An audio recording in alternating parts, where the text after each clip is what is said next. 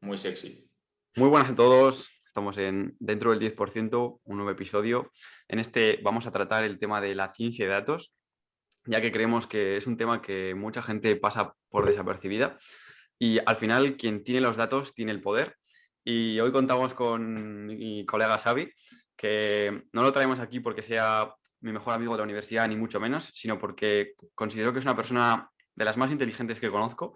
Además es una persona muy resolutiva y que Bueno, tiene unas habilidades sociales muy buenas, ya que es muy difícil que te caiga mal.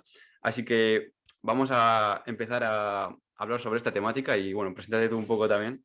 Pues yo soy Xavi González, estudio aquí en la UNA con Alex y estoy cursando actualmente el grado de Ciencia de Datos, tercer curso, y ya, bueno, como ya llevo 3 añitos en la carrera, ya he visto un poco todo lo que es este mundo, porque no os voy a mentir, yo cuando me metí en este grado no conocía mucho, sabía un poco, pues eso, el tema del Big Data, un poco lo que sabemos todos, las matemáticas, la computación. Como me gustaba ese mundillo y también me gustaban las aplicaciones de salud, la economía me interesaba, bueno, me interesaban muchas cosas, decidí meterme un poco en este grado y en este mundo porque al final reunía todo. La ciencia de datos, yo la defino como científico de datos, me defino como estadístico moderno, por así decirlo. Al final, durante muchos años la estadística ha ido avanzando y gracias a la computación, las nuevas tecnologías, se puede realizar análisis de datos masivos con diferentes técnicas de inteligencia artificial, machine learning. Todas las tecnologías están conllevando esta evolución. Bueno, también deciros que el chaval es bastante humilde. En primero de carrera, para poneros un poco en contexto, participó también en el equipo de iGEM de biología sintética, en el que fuimos al MIT y al MIT y conseguimos una medalla de oro. Ahora mismo está, bueno, luego lo comentarás, pero está participando en un proyecto de análisis de mercados, en este caso de apuestas, sobre todo enfocado al tenis. Y a partir del año que viene va a empezar a contribuir en otro proyecto en relación a la modelización del COVID. O sea que, como veis, son proyectos bastante punteros y que la demanda ahora mismo de esta nueva rama de conocimiento, como es la ciencia de datos, está en auge. Además, el podcast va a ser muy interesante porque los tres que estamos aquí controlamos sobre este tema. Yo sobre la parte más tecnológica, biotecnológica, Antonio sobre la parte más económica, enfocada a la tecnología, y Xavi, un científico de datos puro y duro. O sea que... Sí, yo creo que va a ser bastante interesante. También un placer conocerte, Xavi, que siempre Pascu utilizaba tu habitación para grabar y ya tenía que salir el dueño de la Es el habitación de salón, una ¿eh? vez por todas. Ah, bueno, tu ordenador, no la Sí, habitación. eso es. La máquina. Bueno, Que y siempre sí, decía que tenías todo instalado ahí con rollo hacker y que no podía Joder, cambiar nada. tendrías que ver el setup que tengo aquí montado, chaval. sí, ya como he comentado, a mí la tecnología me flipa y yo todo lo que sea. Y bueno, como ha comentado Alex, algunos pensáis que tiene que ver la ciencia de datos, en apuestas deportivas, salud.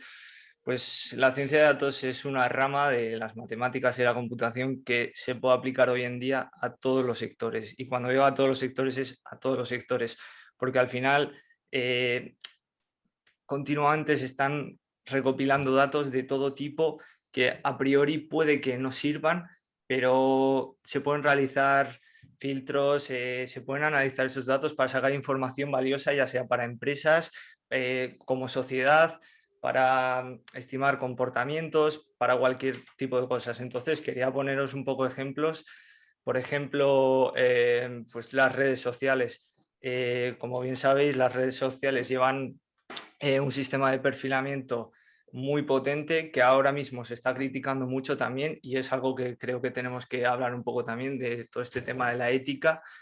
Pero ahora mismo tú cuando entras en Instagram ya no solo te está controlando a quién sigues, a quién no sigues, qué te gusta, qué no te gusta, sino cuánto tiempo pasas mirando la foto de esta persona, cuántos clics haces aquí. En base a eso pueden detectar que te interesa más este tipo de cosas. O sea, es otro mundo y cada vez avanza más y esto hay que controlarlo también.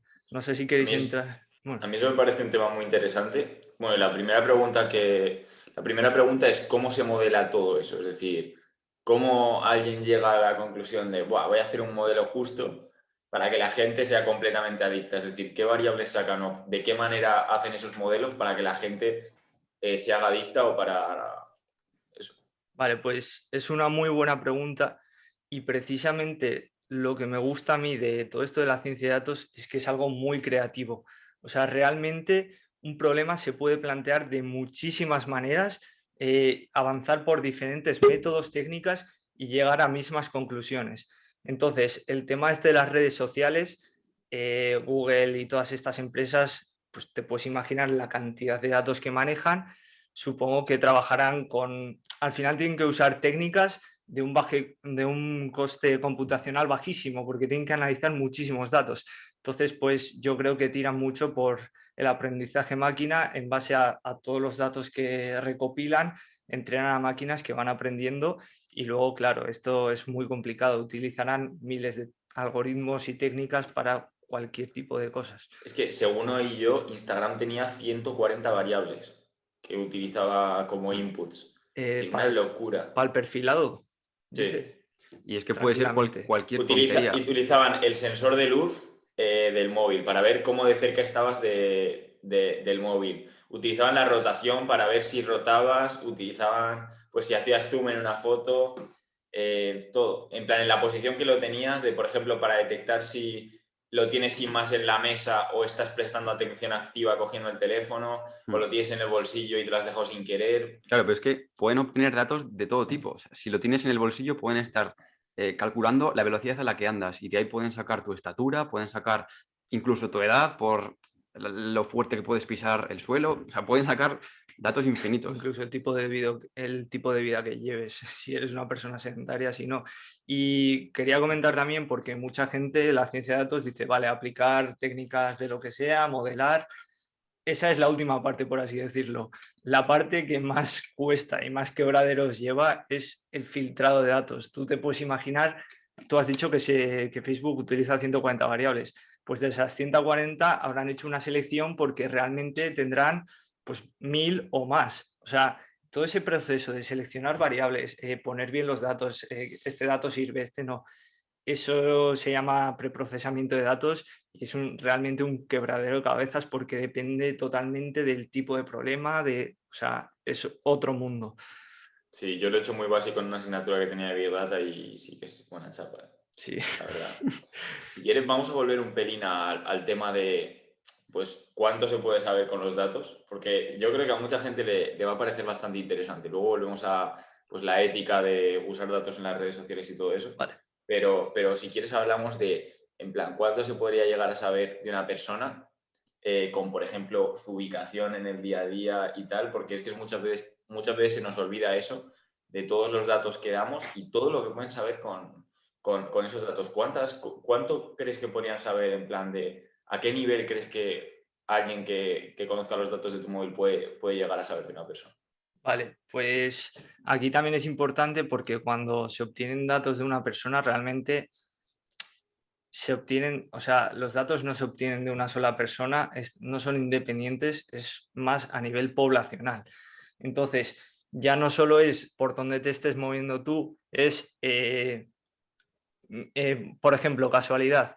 A las 9 de la mañana, este grupo de personas, cada uno vive en su sitio, avanza al mismo sitio. Pues es probable que se junten, que se conozcan, y luego este va aquí. O sea, realmente con la ubicación se puede sacar muchísima información. Ya no solo los trayectos que hagas tú y que sepan que todos los días, todos los lunes vas a comprar al Eroski este y por ello al Eroski se le puede interesar poner ofertas de algo que compres tú ese lunes, porque claro, esto luego también la venta de datos es algo que se hace mucho con las empresas. Al final, por ejemplo, Google, muchos dicen que es una empresa tecnológica, lo que sea, para mí es una empresa de publicidad, que utiliza la tecnología para publicidad. Y no solo venta de datos, sino también influencia.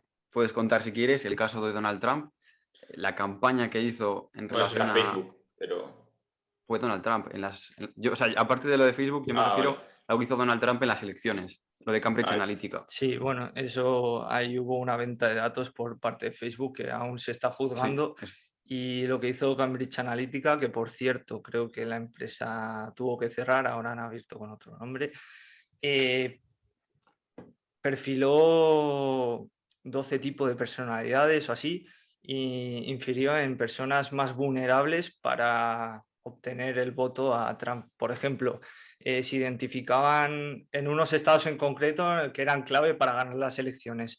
Por ejemplo, una persona que ellos determinaban que era como defensora de su familia y tal, pues le ponían un anuncio del estilo Hillary Clinton te quiere quitar las armas, si te vienen a robar tal, pues al final estás influyendo, ya no es marketing, ya es psicología, o sea, Claro. Yo vi que el tipo de personalidad que más se dejaba influir era como el tipo de personalidad más agresivo o más impulsivo. Entonces aprovechaban esos impulsos que tenía para meterle cada vez más contenido que le alterara y con esa alteración conseguir pues, eso es. moverle las emociones para que dijera, joder, Trump es mi salvador. Me están jodiendo y Trump es mi salvador. Eso es, eso es. Al final, los anuncios que te salgan a ti en Instagram o en Facebook son por algo, no por... Y ahora eso lo están utilizando todos los partidos políticos también en España en Sí, las campañas, es decir, se están gastando millones en publicidad y millones no sé si exactamente en datos, al pero millones en final publicidad. eso es analizar comportamientos sociales y identificar qué personas pueden ser votantes para ti, porque claro, tú si tienes un presupuesto no vas a gastar el dinero aleatoriamente en esos anuncios, Claro. vas a identificar cuál es tu target y ahí es donde vas a meterle... Y luego sobre Google, algo que siempre pienso es que el tema de Google, Instagram y todas esas redes sociales es un tema súper complicado porque, por así decirlo, no tienen un monopolio, pero tienen un monopolio. Porque como tienen las herramientas que la gente utiliza tanto para buscar como para comunicarse, es un monopolio voluntario de parte de los ciudadanos, por así decirlo. Los ciudadanos y la gente elige usarlo porque lo usan todos sus amigos. Y la pérdida social de quitarte de Instagram o de quitarte de Google es tan grande que para muchos nos cuesta mucho el dejar Instagram. Y es que eso me parece una completa locura. No sé qué opináis vosotros. Sí, Además, de eso lo hablamos en el podcast con Iván, que Sí, Facebook nos tiene cogidos a todos por todos lados. O sea, si te pones a pensar solamente con Instagram, Facebook y WhatsApp, es que solamente con eso ya controlan el 90% de nuestras conversaciones que no son en persona. Más luego todo lo que tiene detrás. mm, y luego otra cosa que no sé si a ti te interesará, pero el otro día para clase estuvimos haciendo un trabajo de la superinteligencia artificial. ¿Qué opinión tienes tú sobre la posible llegada de la superinteligencia artificial? ¿Crees que es posible? ¿Crees que va a pasar en el siglo en el que vivimos? a ver, realmente la inteligencia artificial, ese término hay que cogerlo con pinzas y es muy debatible, porque las máquinas son inteligentes o reproducen un comportamiento que les estás enseñando tú. Esto es, bueno, hay mucha gente que lo ha comentado y tal, y yo estoy a favor de la opinión de que las máquinas no piensan por sí solas. Esto se argumenta con un experimento que se llama el de la habitación china, que es tú a una persona la encierras en una habitación, no sabe hablar chino y le das un diccionario que imagínate que traduce ya no solo palabras, frases enteras. Entonces, cuando le piden algo desde fuera, él mira en su diccionario y lo traduce en chino. ¿Esa persona sabe chino? Claro. No. Lo único que está haciendo, él tiene un montón de datos, en este caso, está mirando allí y tiene un output en base a lo que ve.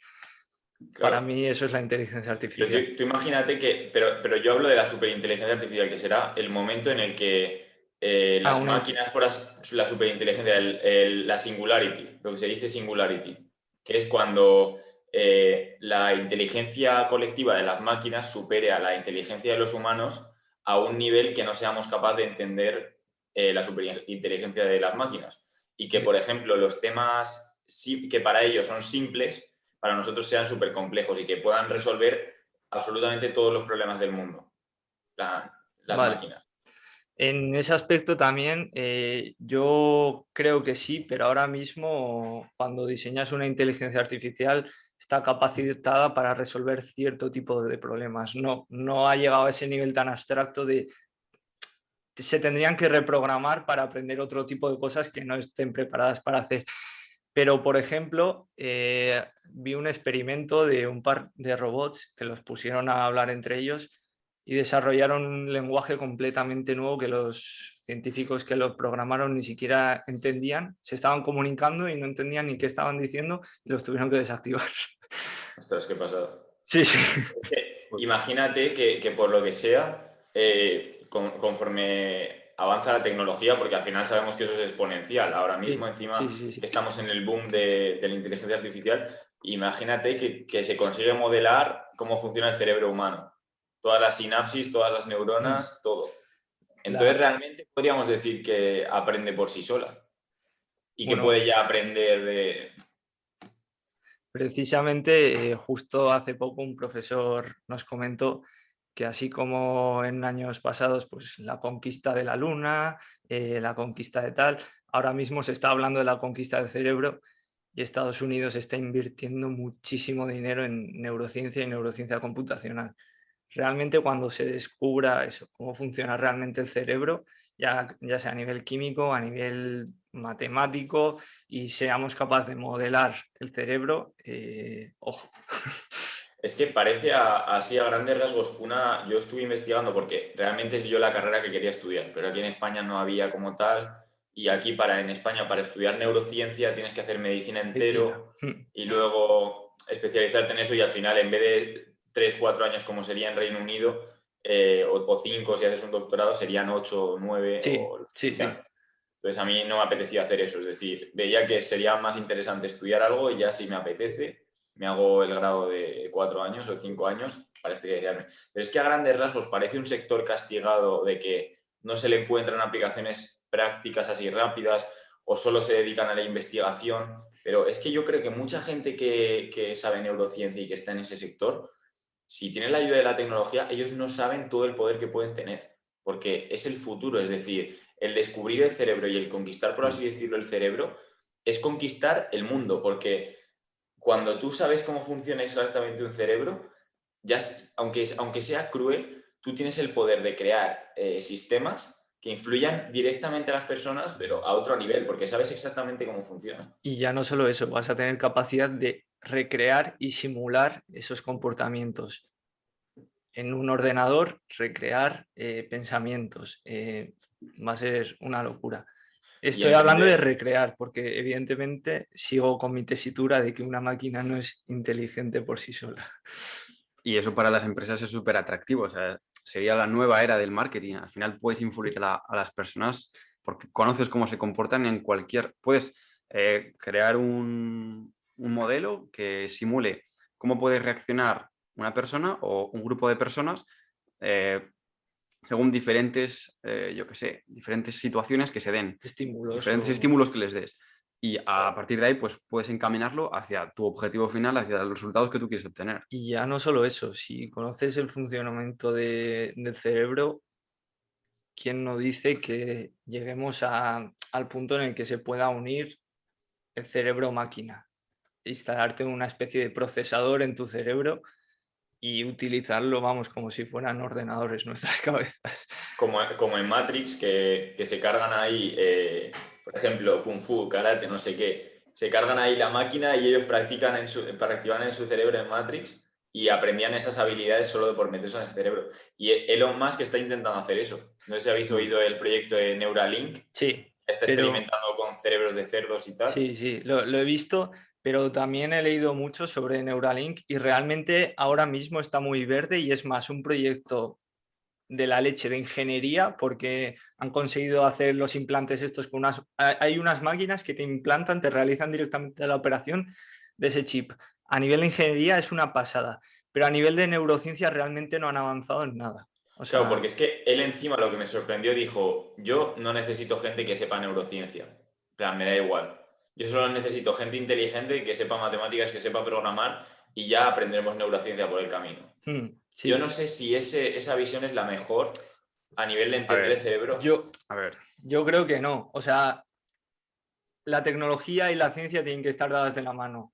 Ni unos por sí solos ni otros por sí solos. O sea, la neurociencia por sí sola, pues teóricamente desarrollará muchísima información y las matemáticas serán capaces de coger esa información y en base a lo obtenido, pues sacar resultados o la ingeniería. Es que como lo interesante de las matemáticas y la física y tal, si se ve por un lado, es que como no tienen ideas preconcebidas, porque tú imagínate que un neurocientífico ha estudiado toda su vida una cosa, pero eso no es así.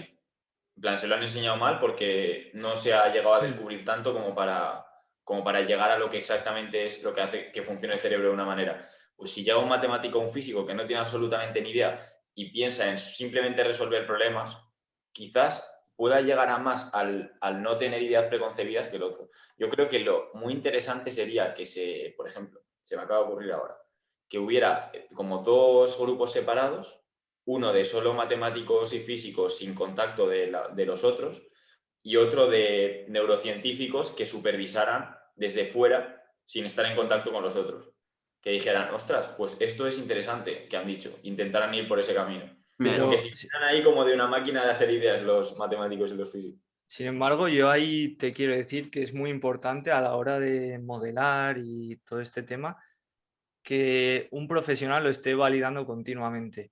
O sea, tú cuando no sabes de algo, por una parte está bien, por lo que has dicho tú, de no tienes ideas preconcebidas, pero por otro lado, no te estás asegurando de que tenga algún sentido lo que estés haciendo. O sea, yo, por ejemplo, el otro día hice un análisis multivariante con un problema de diabetes, de predicción de diabetes, y me dieron unas variables El que dataset de eran... Kaggle, mítico. El ¿Eh? dataset de Kaggle, de diabetes. Sí, sí, justo, sí, Ya nos lo ese plantearon. le... Sí. Pues eso, hice un análisis y tal, y pues había mediciones médicas, que a mí si en vez de esas mediciones las variables les hubieran llamado A1, A2, A3, A4, hubiera sacado exactamente los mismos resultados. Estas variables están correlacionadas y tienen capacidad predictiva, si calculas esta componente, infieren estas variables en ella y es lo que más capacidad predictiva tiene para diabetes. Mira, yo lo que habéis hablado antes sobre matemáticas y científicos, sí que creo que deberían estar remando en el mismo barco, porque, por ejemplo, si tú quieres llegar de un punto A a un punto B, el punto A es no tengo ni idea de cómo funciona el cerebro y el punto B sé cómo funciona el cerebro. El matemático o el científico de datos, en este caso, va a ser capaz de llegar del punto A al punto B, pero ambos puntos van a ser ecuaciones matemáticas. El científico es el que va a ser capaz de traducir ese punto B y darle un significado biológico que nos dé un entendimiento de cómo funciona el cerebro. Bueno, Entonces, los dos son necesarios. yo, por ejemplo, una cosa que siempre he pensado con la ciencia de datos y todo eso y el hecho de que resuelvan problemas gente que no esté involucrada en esos problemas, es que, por ejemplo, imaginaros que se quisiera hacer un algoritmo para modelar la interacción social. Es decir, para modelar cómo las personas se hacen amigos, cómo las personas, por ejemplo, ligan entre sí, cómo las personas llegan, por ejemplo, a un conflicto físico ¿cuáles son los pasos anteriores de pegarse? Por ejemplo, predecir que unas personas se vayan a pegar. Vale, pues entonces, imaginaros dos escenarios. Uno es una persona que nunca ha salido, nunca ha socializado, es mítico friki que ha dedicado su vida a estudiar eso y que no entiende a las personas. Entonces, esa persona al crear un modelo tendría un sesgo a la hora de realizar eso y tendría como una falta de conocimiento social que le llevaría a cometer muchos errores o a hacer un modelo Sí. con bastantes errores que no llegara a influir tanto. Pero en cambio, si esa persona está de la mano de una persona que es muy sociable y tiene eso ya aprendido como tal, le puede ayudar y le puede dar pistas a esa persona, porque el otro ya durante toda su vida ha aprendido ese comportamiento y ya sabe cómo es ese comportamiento. Pero, sin embargo, el otro no lo conoce y va a dar va a dar palos ahí al aire sin saber exactamente por dónde va. Eso es. Y bueno, también comentar que ahora estamos hablando de todo el tema de Google y tal, pero realmente la ciencia de datos se puede aplicar en muchos otros sentidos. Por ejemplo, a mí me interesa mucho la salud, que hemos hablado de neurociencia, pero más a nivel de, por ejemplo, la medicina de precisión también está muy de moda, que ahora mismo se está estudiando, como bien sabemos, el mapa del genoma, que bueno, esto Alex sabrá más. Cada vez se conoce más de toda la interacción que hay entre genes, en todo el tema de proteómicas, y en base al análisis de genomas de personas se pueden realizar tratamientos específicos para Eso es. esas personas que van a ser muchísimo mejores que los tratamientos preestablecidos de tabla que utilizan pues, los médicos o quien sea. A ver, esto se llama medicina personalizada. Aquí en Navarra está súper de moda y lo que ha comentado Xavi es el secuenciamiento del genoma. tenemos que tener en cuenta que tenemos 3 por 10 a la 9 pares de bases en nuestro genoma. O sea, 3 por 10 a la 9 letras, por así decirlo, nucleótidos. Entonces, tenemos que leer todo ese genoma, estamos generando una cantidad de datos abismal. Pues se necesitan científicos de datos, bioinformáticos, capaces de procesar todos esos datos y convertirlos en información que puedan, por ejemplo, decirle al médico que va a evaluar a esa persona en clínica que, por ejemplo, es más susceptible a tener esta patología, o, por ejemplo, que utilizar este fármaco en lugar de este otro, o utilizar esta cantidad en vez de esta otra cantidad, va a hacer que el paciente en cuestión, él personalmente, individualmente, vaya a conseguir afrontar la enfermedad de una forma más positiva o con un menor porcentaje de daños, porque tenemos que tener en cuenta que cuando utilizamos un fármaco va a haber efectos secundarios siempre. Lo que pasa es que se están eligiendo los fármacos que tienen menor cantidad de efectos secundarios, y esto, el individualizar a cada paciente, suma años luz de vida, y al ser un proceso tan individualizado va a hacer que sea mucho mejor y que la salud esté 10 puntos por encima. Buah, yo creo que cuando los análisis genéticos cuesten el mismo precio que los análisis de sangre, Mira, va a haber una revolución. eso, Es decir, sí. yo eso, en plan, siempre he dicho, la salud personalizada es la clave, es decir, es la nueva revolución, y yo creo que, no sé, hay que invertir en esas cosas y hay que investigar en esas cosas, merece la pena pues ser de los primeros en hacer esas cosas. Mira, Es decir, el que sea el primero en hacer esas cosas se va a llevar... Eso que acabas de comentar se llama ley de Moore. Tú también lo sabrás definir mejor que yo, Sí. pero dice que cada 2 años se reduce a la mitad el precio de lo que cuesta un procesador. Y esto se aplica a todas las tecnologías. En la biología igual. La primera vez que se secuenció el genoma humano fue en el año 2001, que se presentó el primer borrador, y costó millones, billones de dólares, y se involucraron científicos de todo el mundo, empresas de todo el mundo, y fue algo súper revolucionador. De este siglo probablemente sea lo más puntero que ha ocurrido. Pues ahora puedes secuenciar un genoma por menos de 1.000 euros y súper rápido, en el mismo día. Navarra, por ejemplo, tiene un súper secuenciador en Nasertic, y están tratando de convertir al sector navarro de salud como una potencia europea, en este caso, de la medicina personalizada. O sea que... ¿Y eso puedes ir y por 1.000 euros hacértelo? Sí, y por menos. Creo que mucho menos. Sí, sí, muchísimo menos. Igual Dependiendo, por 500 euros o así. Sí, sí, sí. dependiendo de la Hostia. precisión que hay, como a mí me comentaron que había como 3 tarifas, porque claro, no es 100% preciso. Entonces, si quieres tu genoma 100% preciso, te tienen que realizar el proceso 3 veces, creo. Pero bueno, sí que... ¿Y luego te dicen qué genes tienes relacionados con cada cosa y tal, o tú lo tienes que ver por tu cuenta? No, supongo que te Te hacen el hacen un estudio. informe. Sí, Eso te hacen el Hostia. estudio. Pero todavía falta Poca mucho, broma, ¿eh? pues ya. Lo mismo hay que hacérselo, ¿eh? Está Joder, muy me bien. parece una locura. Y encima es que con eso puedes saber qué comidas te afectan mal, Eso es. qué medicamentos te afectan mal, Sí. qué drogas te afectan mal. Incluso puedes saber epigenéticamente, pues al final la epigenética es la ciencia de lo que vas haciendo. Las cosas que te harían más propenso, por ejemplo, a tener cáncer o enfermedades de corazón, porque tú igual tienes un gen relacionado a una enfermedad de corazón o cáncer de colon o cáncer de hígado, y tienes que evitar ciertos alimentos o tienes que evitar ciertas cosas o ciertos patrones. Sí. Entonces, si sabes eso, es que es la clave para vivir más años y para vivir mejor, porque Exactamente. es lo que hablamos en este podcast realmente. El hecho de optimizarse uno mismo y estar a tope. No sé, yo creo que esto cuando cueste 100 euros, cuando baje el precio a 100 euros o 50 euros, va a ser una revolución. Y luego también hay empresas que no sé exactamente qué diferencia hay de, por ejemplo, 23andMe, todas estas. Eso es, en plan, son empresas como también de esto, que hacen análisis genéticos, pero la diferencia es que tiene un precio a pagar. Te cuestan 100 euros cuando en realidad pues costará 1.000 o lo que sea. Aunque yo creo que es menos avanzado todavía que decir vosotros. Pero bueno, cuesta muy poco y a ti te dicen pues como de dónde provienes, Sí, ya de he qué sitio del visto. mundo provendrías y tal, y luego te dan secuencias de genes y tal para que tú puedas saber qué variaciones de genes tienes para eso, para las comidas, para las intolerancias, todo ese tipo de cosas. Eso al final, para que lo entienda la gente, es, imagínate, una vez has leído todo tu genoma, todo el conjunto de tus genes, todas las letras que componen tus genes, lo que se hace es coger el tuyo y compararlo con otro cualquiera. Y ves el porcentaje de similitud que hay entre ambos. Eso con uno, luego con otro, luego con otro, luego con otro. O sea, estás comparándolo con una base de datos gigantesca. O sea, imagínate la cantidad de procesamiento que tiene que hacer el ordenador, la cantidad de órdenes que tiene que hacer para comparar tu propio genoma con el genoma entero, todos los genomas de una base de datos. Pues al final te va a sacar los genomas que más se parecen y te va a decir, vale, pues te pareces un montón a una persona africana, pues probablemente tengas antecesores africanos. O este gen de aquí se parece a una mutación que se ha encontrado en un artículo científico que es más propensa cuando la sufres a tener cáncer de lo que sea. Pues al final ese es el proceso que sigue la bioinformática. Y luego el precio con el que venía era que esos datos se comparten. Claro. Entonces, si no sé cómo será la de Navarra, si hacen eso también. Pero bueno, No, en este... Es público. Es público. Lo están utilizando en el sector navarro de salud. O sea que Ostras.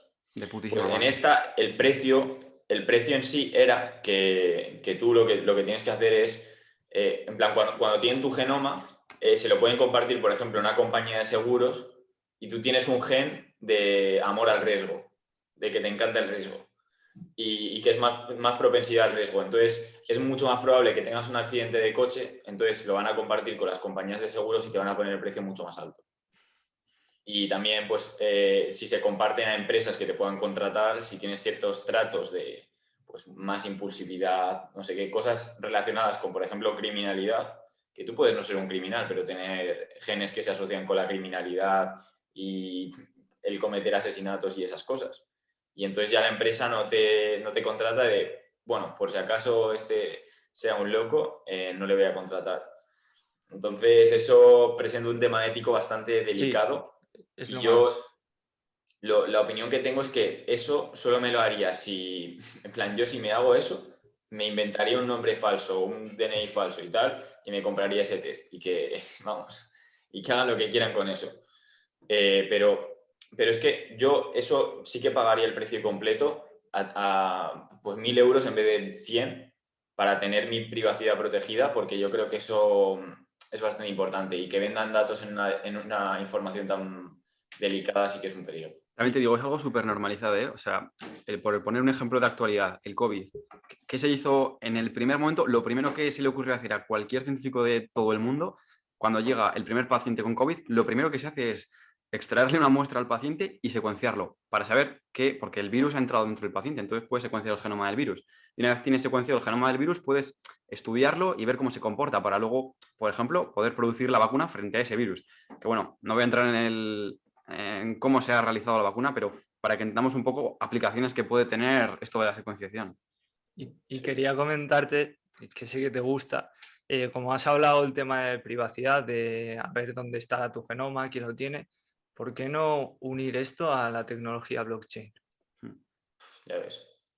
Sí, sí. De tal Estaría, o sea, manera tendrías tu genoma totalmente, pues eso, guardado en un sitio que sabes que no le va a pasar nada y tampoco van a poder desencriptar para saber quién tú es. tendrías tu clave privada, Eso tal es, cual. tal cual. Ahí- Explica lo que es Pero, blockchain para el que no lo sepa. Ah, yo. Sí, mismamente. vale. Bueno, pues la blockchain es una cadena de bloques, como dice su nombre, en el que se va almacenando información que verifican una red de nodos. Entonces, es técnicamente sí es posible, pero es imposible en la práctica modificar esa información porque para cambiar algo allí se requiere de una verificación de los demás nodos. Claro, imaginaros, en plan, cada bloque es como una hoja de cálculo. Entonces, esa hoja de cálculo tiene información. Y entonces, para verificar un bloque, en plan, el bloque, la información encriptada que tiene ese bloque tiene rastro del anterior y el siguiente tiene rastro del anterior. Entonces, si por ejemplo se decide quitar un bloque, se pierde la información de todo el resto de bloques. Entonces, si se pretende modificar uno, no funcionaría en el resto y la información del resto estaría totalmente protegida. Y luego lo que comenta de los nodos es que imaginaros que en la aplicación de pasar dinero a alguien, tú pasas 10 euros a una persona y hay nodos que verifican. Son como gente que dice, vale, sí le has pasado 10 euros. Entonces tú le pasas a una persona 10 euros y la persona con su nodo de verificación dice, no, él está mintiendo, me ha pasado 100 euros. Y es 1 contra 9 personas que dice que le has pasado 10 euros. Entonces gana el consenso que dice que le han pasado 10 euros y a través de eso, esto es el ejemplo de Bitcoin específicamente, que sería la más privada que hay. Entonces, las otras personas, gracias a verificar correctamente, reciben un beneficio que serían monedas o un premio económico. Eso es. Y de esa manera se incentiva el decir la verdad, porque quien miente no gana dinero y tampoco y tiene las de perder. Eso es, tener tu genoma en la blockchain supondría un coste, pero yo creo que es considerable pagar por tu privacidad, porque no hay nada más privado que tu genoma. Una vez, esos Es nodos una de los que aplicación habláis son muy buena. ordenadores, ¿no? Al final. Sí, son O sea, servidores. la información que tú haces al hacer, por ejemplo, una transacción que acabas de comentar, por ejemplo, la estás enviando a un montón de ordenadores Eso es. repartidos por todo el Sí. mundo. Entonces, para Sí, es poder como un disco modificar esa duro conectado a información, internet. necesitas modificar todos los ordenadores. Eso No es. puedes hackearlo. Más de la O sea, mitad. es un sistema que no se únicamente. puede hackear. No. Entonces, habría que ver qué tipo de blockchain usar, porque claro, el tema de las blockchains es que cuanto más privada, es decir, si el consenso es múltiple, como es por ejemplo en Bitcoin, tiene un coste brutal, es decir, es súper complicado de modificar. Porque, por ejemplo, imaginaros que se hace el almacenamiento de los genomas, pero se comete un error en el código. Si se comete un error en el código no puedes hacer nada, porque tienes que tener el consenso de todas las personas que estén en la red. Entonces eso sería, pues, habría que hacerlo de alguna manera en la que se pudiera hacer y siguiera siendo suficientemente privado. Lo que se utiliza mucho son las blockchains privadas, que es, por ejemplo, una empresa tiene una blockchain y tiene un nodo cada manager de la empresa, de todos los diferentes sectores, o cada persona de la empresa. Entonces ya los propios de la empresa son los que verifican, pero claro, si gente externa a la empresa lo compra, sería un problema. O que cada persona que lo compre tenga un nodo y verifique su propio genoma. Es que sería muy Sí, complicado. es Es que es un tema complicado. Sí. el blockchain ojalá se aplicara a muchas más cosas para asegurar pues, que los datos se quedaran privados y la justicia, por así decirlo. El que si algo es de una manera, se demuestre que es de esa manera. Pero claro, el problema es la implementación, que es muy complicada y eso sí que requiere profesionales increíblemente capacitados para Y esto de llevarlo a cabo. blockchain se puede aplicar a muchísimos otros campos. Creo que alguna vez hemos hablado incluso de política. Al final Votación, sí, a podríamos mí eso es lo votar que más me utilizando interesa. blockchain y no se podrían amañar de ninguna forma las votaciones, que es algo que la gente tiene un poco preocupado en A mí eso es la lo que forma más en me que se interesa, realiza. porque encima yo siempre comento que a través de blockchain se podría llegar a la verdadera democracia. Porque ahora mismo nosotros votamos, elegimos a un candidato, por así decirlo, o elegimos a los diputados que luego votan a un candidato, ni siquiera elegimos directamente al candidato. Y, joder, se me ha ido santo al cielo. Vale, sí. Y entonces una vez que se elige el presidente puede hacer lo que quiera. Es decir, puede decir, yo voy a hacer esto, tal, Sí. pero no hay un feedback directo de si no hace lo que dice que va a hacer.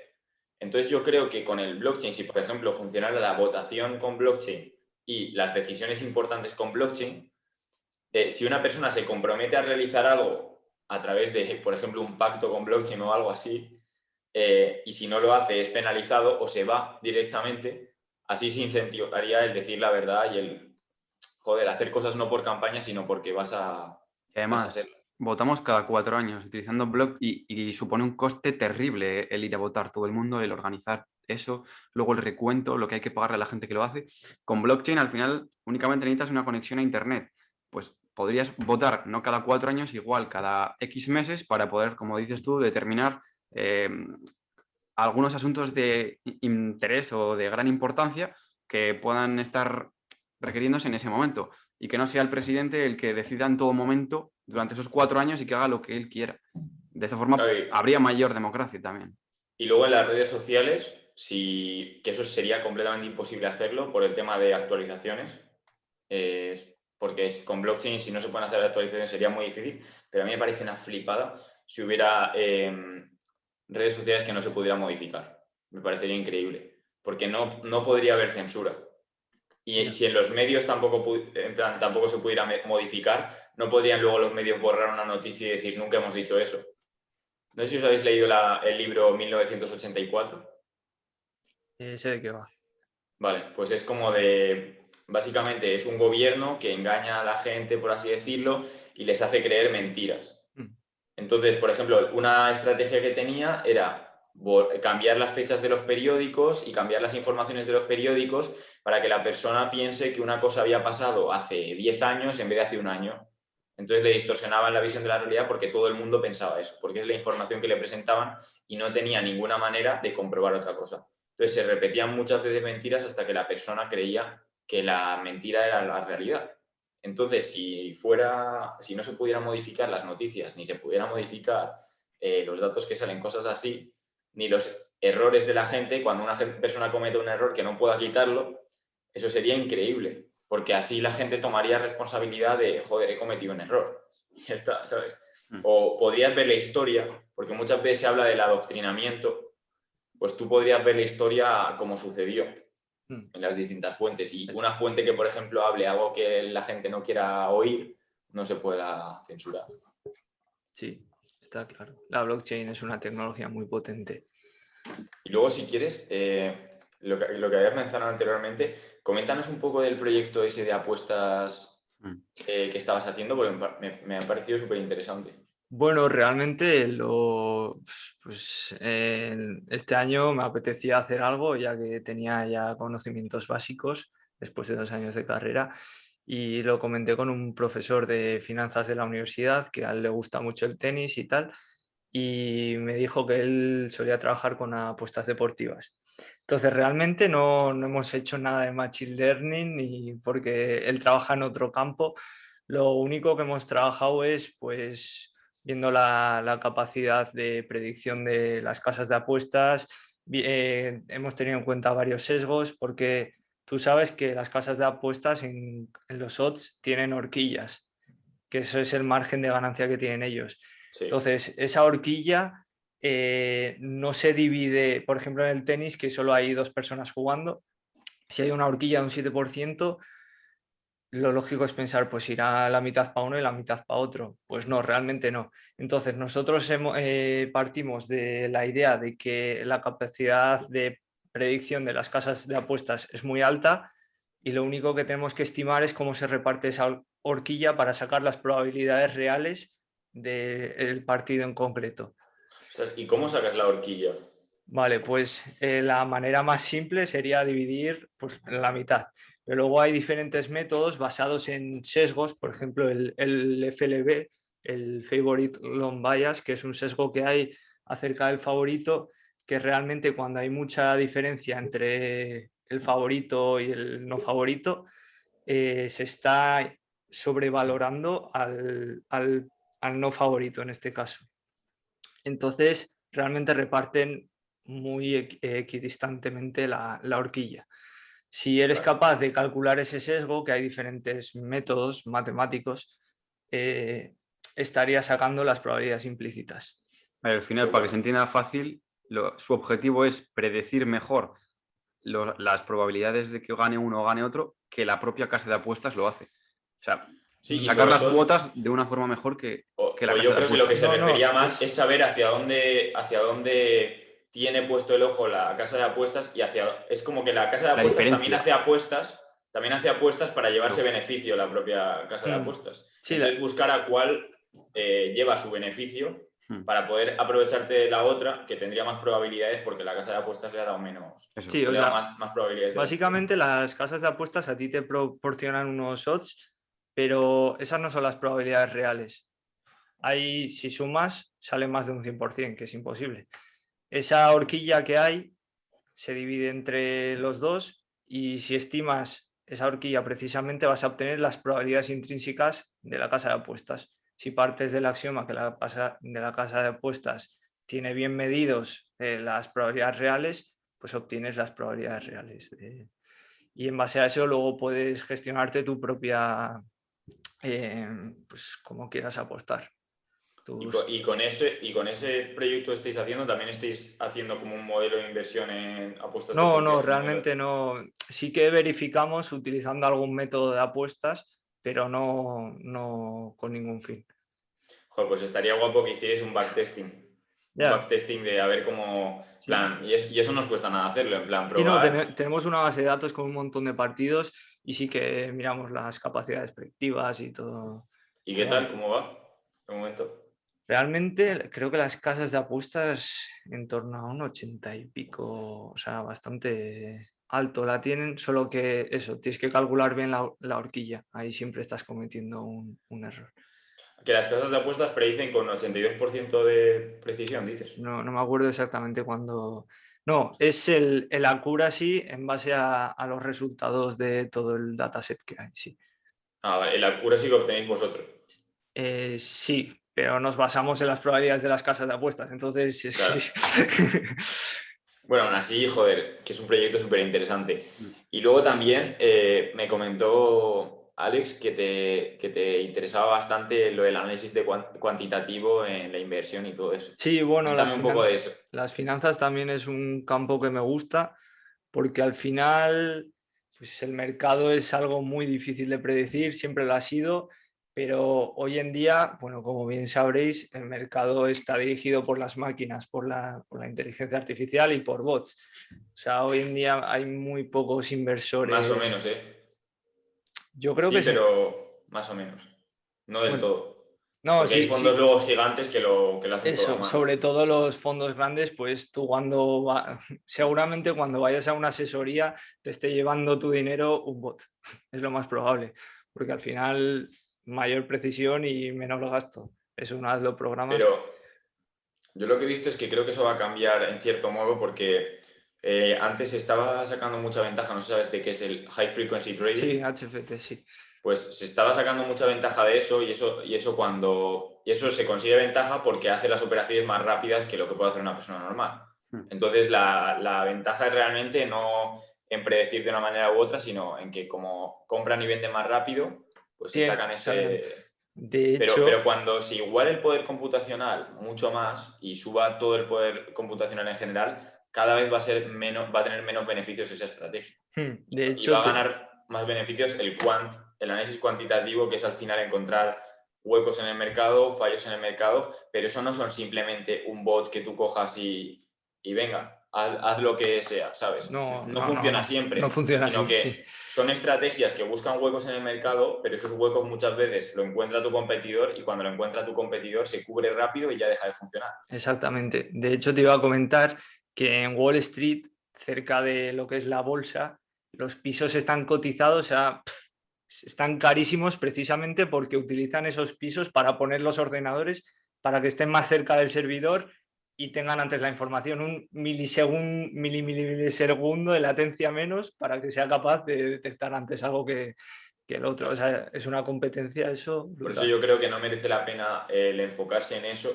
sino es como el comparar work hard versus work smart.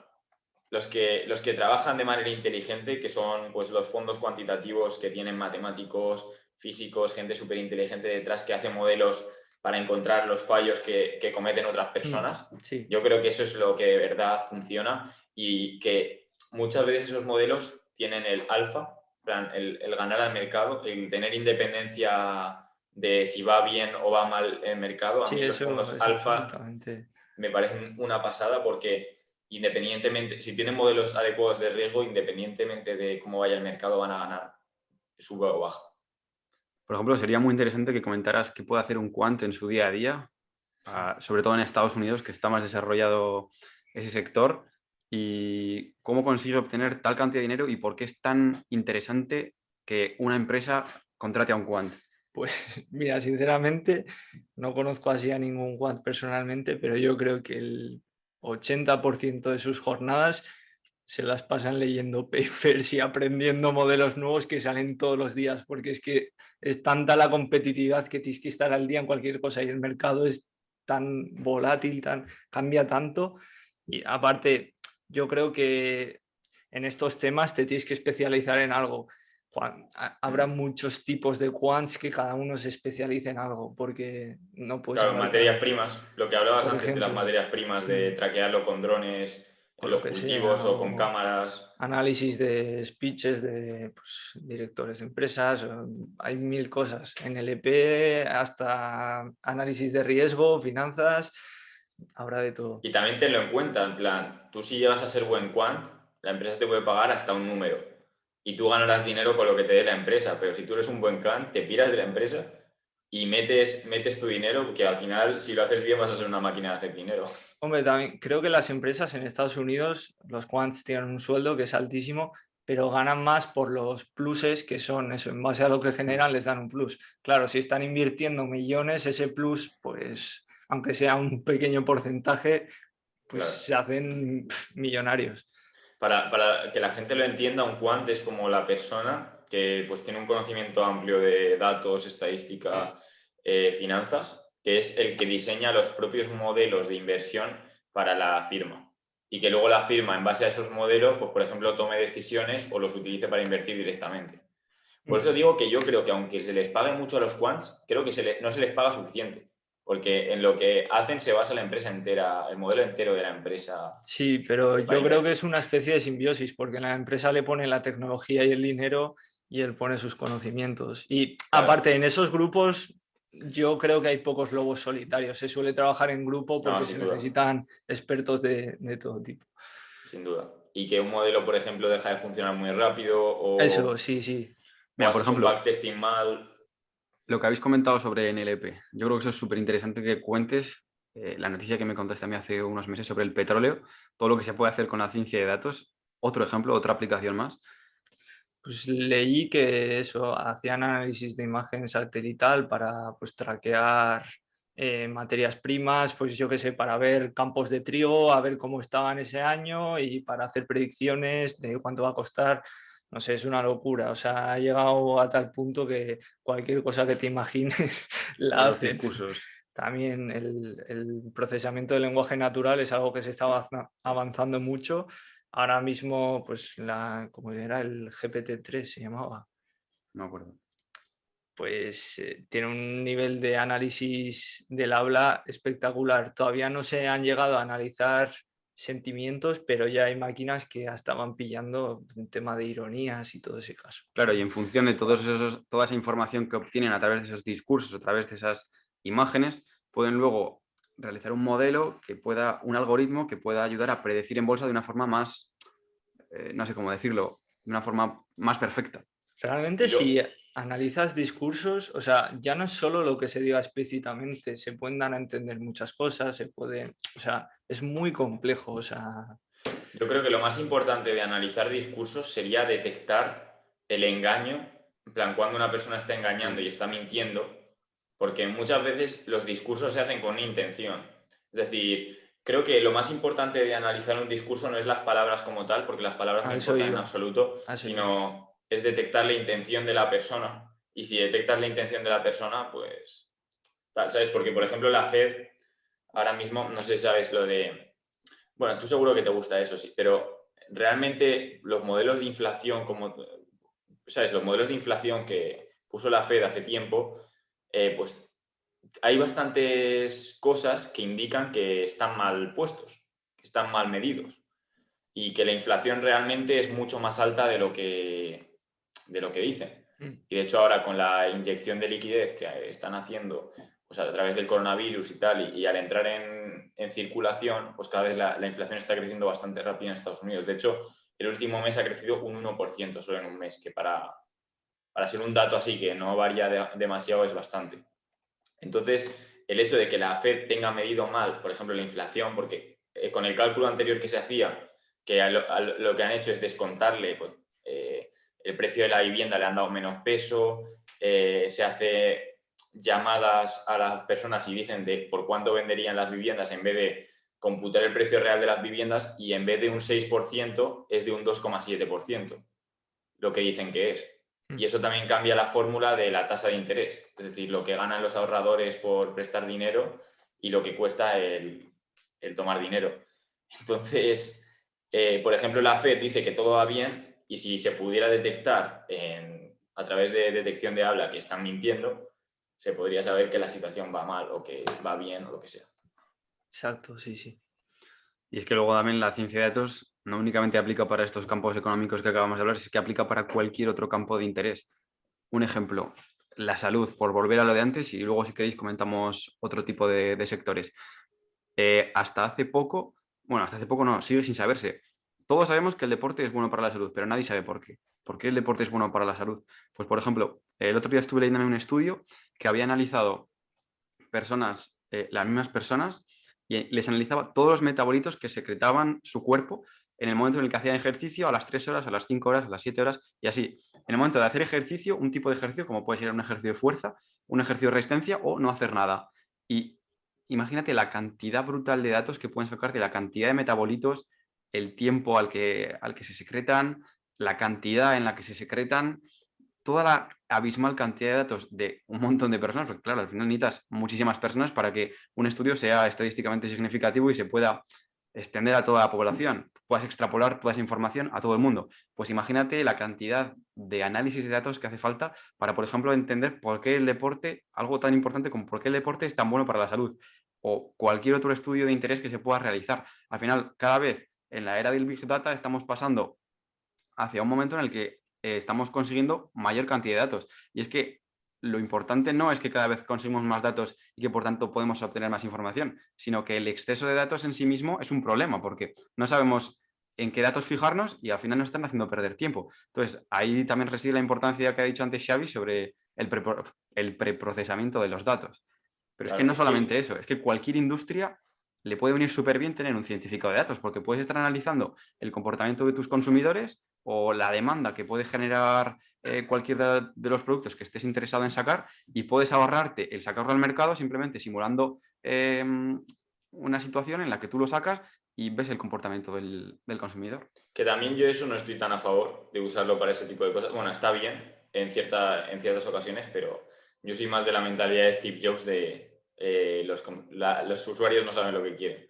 Es decir, porque hay cosas que son tan disruptivas que no se puede medir cómo van a funcionar. Sobre todo para las cosas disruptivas creo que es súper interesante. Luego, claro, productos que ya son parecidos a los de la competencia y tal, sí que puedes analizarlos. Pero, por Pero ejemplo, también, puedes luego, abaratar pues un eso. montón de costes en los procesos Sí, utilizando sí, ciencia sin de duda, datos sin duda. al margen del Pero, consumidor. en plan, también es una pasada el diseñar algo y decir, "Buah, voy a dar una experiencia Mm. completamente nueva Hmm. y desde cero, es decir, sin tener nada en la cabeza. Pero sí que es verdad que, claro, te puedes ahorrar mucho y para empresas, por ejemplo, como Mercadona, Eroski, Carrefour y ese tipo de empresas, empresas de, por ejemplo, consumo que tienen productos parecidos, es una pasada. No sé en qué asignatura nos contaron, no sé qué, bueno, una de estas, Carrefour o era una campaña de marketing, querían vender unas cremas de estas para adelgazar para hombres o algo Ya así. me acuerdo, ya me acuerdo. Buah, buenísimo. Pues realizaron un sistema que te ofrecía una oferta de esas cremas para personas divorciadas. O sea, no, perdón. Querían decir, a ver, ¿a quién vamos a vender más estas cremas? Pues detectaban personas divorciadas y dirás, ¿cómo van a detectar una persona divorciada haciendo la compra? Pues eran personas que primero compraban, pues, o tampones o cosas de ese tipo, de repente dejaban de comprar eso y ponían a comprarse ultraprocesados y pues condones, compraban ese tipo de cosas y luego de repente, pues eso, ahí detectaban ese patrón y se les ofertaba las cremas esas y han incrementado las ventas un no sé cuánto por ciento. Es una locura. Nos lo contaron en la empresa. En Una empresa, locura, sí. Una locura. eso detectaban eso, que esa gente iba a comprarlo para volver a ligar. Sí, también con embarazadas he hecho bastante. En Target de Estados Unidos son en plan muy innovadores con cómo usan los datos y tal, y detectaron que de repente empezaban a comprar cosas de bebés y en plan empezaban a comprar cosas de bebés. No, no, empezaban a detectar que compraban como cosas más digestivas o para, ¿sabes? En plan, que cosas que suelen tomar las embarazadas para ciertos dolores o para ese tipo de cosas y que Hmm. empezaban a comprar alguna cosa para estar preparado por si acaso.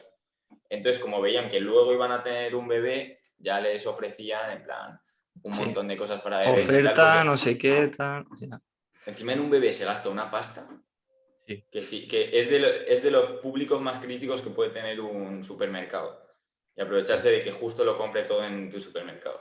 Sí, además es un gasto necesario, o sea que. Porque encima quieren lo mejor para su bebé, entonces no van a ir a marcas blancas o Hmm. a, Sí. o a lo primero que pillen, sino Y quieren dicen, que sea lo mejor. Justo este supermercado lo tiene todo perfecto para mí, qué casualidad. Tiene ahí oferta en lo que necesito y bueno. Sí, encima luego tienen una estrategia que lo que hacen es, por ejemplo, le mandan un folleto a casa, les mandaban un folleto a casa y no le ponían directamente cosas de bebé, Ya, pero se las sino colaban, ¿no? primero le metían cosas y luego justo había Para una que cosa de no. bebé, porque si no hay un shock, si no se hace la técnica en medio del sándwich, Eso. es primero mostrar cosas que sean completamente fuera de lugar, plan que no tengan nada que ver con lo que tú compras, y luego me dan una cosa para decir, bueno, pues hay muchas cosas, seguro que será casualidad. Pero Tío, justo hay algo que me gusta mucho. a mí lo es que lo de los supermercados me encanta. Y es que si sin uso de la tecnología se pueden hacer cosas brutales, imagínate con el uso de la ciencia de datos. Sin tecnología, te digo, todos sabemos que ponen música lenta para que vayamos más despacio, para que vayamos mirando más cosas, no hay ventanas para que perdamos la percepción sobre si es de día, si es de noche y nos podamos quedar más tiempo. Ponen los productos de primera necesidad, como el pan o la leche, al final del supermercado. Pueden estar, yo qué sé, realizando como si fuera un camino que tienes que seguir hasta llegar a ese mismo producto. Al final están jugando con un montón de cosas de psicología, de marketing y áreas de influencia y al final persuasión, pues sin utilizar tecnología, pues imagínate, conociendo todos los datos de todos los consumidores, lo que pueden llegar a hacer. O sea, es algo Y absurdo. luego analizan a dónde suele mirar, hacia dónde suele mirar la gente, que normalmente es como, Sí, a imaginaros, la altura de Sí, los ojos. a esa altura, es decir, ven pues justo la parte en medio de la mitad, un poco hacia Sí, arriba, que un poco hacia abajo. igual pueden Entonces poner los justo lo de arriba no productos. lo ven y justo lo de abajo no lo ven. Entonces un life hack que podéis hacer es mirar justo siempre abajo y siempre arriba, que van a estar los productos más baratos que sean completamente iguales que los que estén en el centro. Sí, Que los que están en el centro son los que pagan más por publicidad o pagan más por... incluso pueden poner en la parte inferior los productos que van más enfocados a los niños, porque son los primeros que lo van a ver. también. En la parte del medio, igual la Bueno, enfocada a pero los lo compran los padres. padres. Pero lo ¿Eh? compran los padres. Sí, pero igual imagínate un juguete o Sí, cualquier eso sí. tontería de estas que pueda ser muy atractiva para un niño, pues lo ponen abajo, no lo van Papá. a poner arriba. Claro, sí, sí, Al sí. final es jugar con tu cabeza. Y Luego, es neurociencia otra vez, que es lo que hemos comentado antes. Es uno de los campos de la ciencia que mayor financiación obtiene. La primera yo creo que sin duda es el cáncer, porque es la enfermedad que mayor representación tiene y mayor daño está generando. Pero la neurociencia va muy detrás y es algo que en los próximos años va a aumentar un montón. Claro, y el hecho de pues, poder, gracias al estudio de eso, pues solucionar enfermedades mentales, que Sí, era como un gran tabú, porque se ve muy distinto, por ejemplo, que tengas problemas de corazón, enfermedades mentales, y al final es viene a lo ser lo mismo. mismo, es Sí, un sí, órgano sí. que no está funcionando bien y ya está. Y sí. también mucha gente asocia, pues también la propia gente que tiene enfermedades mentales creen que son ellos o que es su problema, es que pienso mal, no sé qué, pero es que muchas veces es simplemente que tienes un órgano que funciona mal y no se tiene que ver como algo de, joder, lo estás haciendo mal, eres un cabrón porque te estás comportando así, pero muchas veces es que la mente Y es es que así. además, que ese órgano falle, entre comillas, es algo súper natural. Eso ocurre en primera instancia, bueno, lo que ocurre es que la enzima que replica tu material genético, porque tenemos que tener en cuenta que tenemos células que no son inmortales, sino que en la mayoría de las células, sino que las células lo que tienen que hacer es nacer, morir. Unas van a reemplazar a las viejas y las nuevas van a crecer y van a seguir realizando sus funciones. Pues en ese proceso de duplicación del ADN, que es lo que va a hacer que se formen nuevas células, la proteína encargada de realizar esa función puede fallar porque no va a hacer todo perfecto. Las máquinas tampoco hacen todo perfecto. Pues ese proceso de fallo puede ser en un gen X, en un gen Y o en un gen Z. Pues si ese fallo lo tiene en un gen que te va a hacer más susceptible a tener una enfermedad, pues vas a ser más susceptible a tener esa enfermedad. Pero es que no únicamente eso, sino que cuando, por ejemplo, nos exponemos a tabaco, alcohol, cosas, radiación, cosas que todos sabemos que no son buenas para la salud, lo que estás haciendo es crear un ambiente en tu alrededor que haga que sea más fácil que esa proteína falle en la función de duplicar el ADN. Entonces, si se acumulan fallos en el ADN, se provocan mutaciones y al final te haces más susceptible a tener ese tipo de enfermedad o esa patología. Sí, al final es lo Pero es que que eso, comentabas de la epigenética antes. sí, eso puede ser muy malo o puede ser muy bueno. Los virus, por ejemplo, son tan mortales gracias a eso, porque su maquinaria de replicación de ADN o ARN falla tanto que al final tienen una gran diversidad y entonces pueden encontrar nuevas formas de infectar personas o animales o tal, y al final les está enriqueciendo un montón a toda la especie. O sea que al final es un mecanismo de diversidad. ¿Y luego qué opinas de que no haya transparencia en las cosas que, por ejemplo, reducen la incidencia del COVID, del virus. Por ejemplo, alguna vez te paso cosas por Instagram, no sé si te lo pasé a ti exactamente o lo pongo, que, por ejemplo, exposición a 15 minutos a sol de la tarde eliminaba el 90% de partículas del COVID. Y esas cosas no se dicen. Se encontró en un estudio de que exposiciones o al sol directamente, los rayos UVA eliminaban el 90% de partículas. Rayos UVA no sé. Yo, con respecto a lo que has dicho, lo que puedo interpretar es que tener buenos hábitos va a hacer que tu cuerpo y al final tu sistema inmune funcione mejor. Entonces, una exposición al sol diaria es necesaria, 15 minutos, 20 minutos de exposición al sol. El sol lo que hace es facilitarnos que nuestro cuerpo pueda producir vitamina D, que al final la vitamina D es una vitamina, pero en los últimos años se está diciendo que es una hormona por toda la cantidad de funciones que realiza. Pues el mantener esos hábitos de exposición al sol, hacer deporte, comer saludable, va a hacer que tengas un sistema inmune fuerte y que puedas hacer frente al coronavirus. Pero no creo que... El factor más importante era la vitamina D. Plan, sí, porque está muy relacionada reducía al final con el ciclo. en un 24% o algo así. Sí, o sea, está muy relacionada, pero no creo que, porque si no las estarían utilizando, que haya terapias de rayos, porque, por ejemplo, los rayos ultravioleta, no sé si has dicho, al final provocan mutaciones también. O en sí el efecto del sol. No sé, luego te lo paso, luego lo confirmamos, pero Vale. no sé si era exposición al sol por la vitamina D o por los mecanismos de simplemente el sol elimina las bacterias, Eso elimina no los creo. virus. Eso no creo, ¿No? eso ni de coña, porque los rayos ultravioleta, si tú te aplicas rayos ultravioleta en la mano, se van a estar produciendo mutaciones en tu ADN. O sea, sería todo Y lo contrario.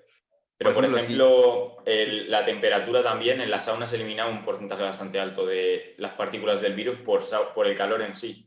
No podría inactivar también el virus, realizando una sí, mutación. pero también tus células, ¿cómo discrimina? Lo del calor igual es que al final te estás exponiendo a un proceso de hormesis y estás haciendo que tu sistema inmune sea más fuerte. Pero es sobre el virus en general, en sí, no es sobre una persona que tiene el virus. Eso, Bueno, es que o sea, eso ya... si hay unas sí, partículas... eso sí, claro. Eso. Con calor lo matas, pero si estás aplicando a una persona que tiene dentro el No, virus... no, no, yo decía Sí, pues sí, igual en eso, las manos o... eso sí. También que yo estoy diciendo Claro, muchas cosas de modo general, no aplica al COVID, porque hay muchas cosas del coronavirus que es que ni los científicos que más saben sobre el tema pueden decírtelo. sí, es que es complicado, ¿verdad? Sí, sí. Bueno, luego también, no sé qué plan hay para hablar ahora, pero querría hablar de ética porque hemos hablado aquí de muchas Sí, sí, cosas sí. que hemos hablado de perfilado y tal, como si fuera lo más guay, pero realmente es un peligro. Está muy guay, tío, lo usan hasta en fútbol. Guardiola ha fichado A ahora mí, astrofísicos para realizar análisis de datos y poder tener mayor información para afrontar los diversos partidos. Y tú me lo contaste, me acuerdo los primeros días que vinimos a la carrera, que yo no sabía ni lo que era la ciencia de datos, que en la propia Liga BBVA, bueno, ya no se llama ni así, me parece. No sé ni cómo se llama, la verdad. La primera liga de fútbol español, hay un montón de científicos de datos en los equipos que están realizando justamente esta función, o en la mismísima NBA. Al final, sí, quien tiene sí. quien tiene los datos tiene el poder. Y luego ven, por ejemplo, a mí me dijeron que utilizaban estrategia, por ejemplo, de un tipo de pases.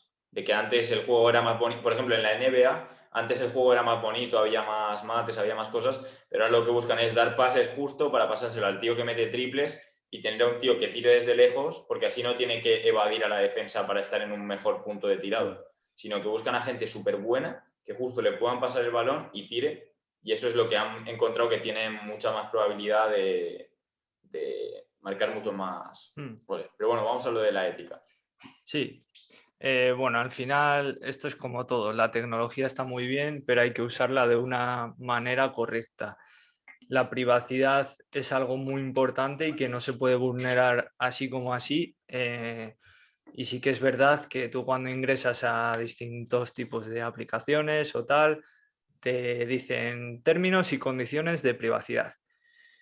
Yo estoy totalmente en contra de eso, porque evidentemente ya sé que nadie se lo lee y todo el mundo lo acepta, lo rechaza, nadie se lo lee. Pero es que aunque te lo leas, si no conoces realmente cómo funciona este tipo de empresas, cómo implementan estas distintas técnicas de Big Data, de inferencia, de lo que sea, tú no estás entendiendo lo que pone ahí.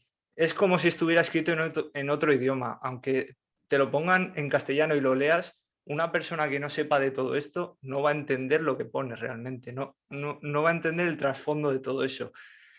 Entonces, yo creo que los gobiernos, bueno, ya están, pero les tienen que dar caña a este tipo de empresas. Tampoco serviría de nada, ¿no? ¿El Entenderlo, qué? porque o lo aceptas o no lo aceptas. Y si no lo Sí, aceptas, no lo puedes usar. vale, pero si a una persona Pero le el dicen gobierno no sé si tiene en plan, el conocimiento como para hacerlo no de la mejor manera. conocimiento, pero el propio Estados Unidos, bueno, claro, es que al final el gobierno estará compinchado con estas empresas, eso está claro. Pero debería de tratar de evitar este tipo de prácticas. Ya no voy al análisis de datos porque, oye, es algo que puede beneficiarnos a todos, pero hay cierto tipo de técnicas de vigilancia o lo que sea que van muy superior a lo que, por ejemplo, en China, dices, China es un país súper avanzado. Realmente yo creo que está tan avanzado porque allí la privacidad es nula. Ahora mismo los chinos tienen un modelo de puntuación, no sé si lo sabéis, Sí. y dependiendo de las conductas o cosas que hagas, te pueden prohibir viajar, te pueden vetar de distintos tipos de actos Yo no sabía. y eso a los chinos no les han preguntado a ver si lo quieren o no. Lo han puesto así y a ver si funciona y yo espero que la sociedad no tienda a ese tipo de cosas porque solo se van a... Mira, Al lo final, bueno de que haya distintos países es que los países son como, es decir, nosotros los ciudadanos somos como los clientes de los países ahora mismo. Al haber movilidad muy fácil, somos como los clientes. Entonces no va a pasar eso en todo el mundo porque tú cuando, si por ejemplo pasa en España, tú te vas a poder ir a otro país que sea distinto y que no tenga vigilancia y que sea una locura y que no pase eso. Es decir, siempre va a haber como el lado contrario que diga, no, yo no te voy a vigilar, tú aquí vas a ser libre y vas a hacer lo que quieras. Yo creo que eso es lo que lo va a salvar, el que haya una fuerza contraria. Y al igual por ejemplo, yo no espero que el tema de la regulación, los datos, lo salve el gobierno, sino que lo salve otra nueva tecnología. Es decir, yo creo que la manera de vencer a Google, a Facebook y tal, no es ponerle multas porque tienen un poder ilimitado de pagarlas, sí, porque el gobierno que haría ponerle multas, pero y dirían, bueno, han cometido una infracción hasta esta cifra. Y si realmente cogen y dicen, no, pues vamos a coger y vamos a arruinarte la empresa. Es que también el gobierno se jode si arruina la empresa porque no les dan impuestos. sí, sí, está claro. Sí, al Y final, incluso esas empresas tienen información vulnerable sobre el gobierno potencialmente, entonces tampoco quieren jugar con eso. Es que están cogidos por los huevos sí, realmente. sí, sí, Entonces sí. tiene que llegar otra empresa que tenga otros términos y que sea como, es decir, lo venda a la gente de una manera brutal y que la gente adopte ese tipo de tecnologías. Yo creo Claro, que soy muy partidario por ejemplo, hay empresas que están haciendo para crear algoritmos y tal para quitar adicciones. Entonces, hacen lo contrario que las redes sociales. Buscan un modelo para que la gente no se haga adicto a las redes sociales.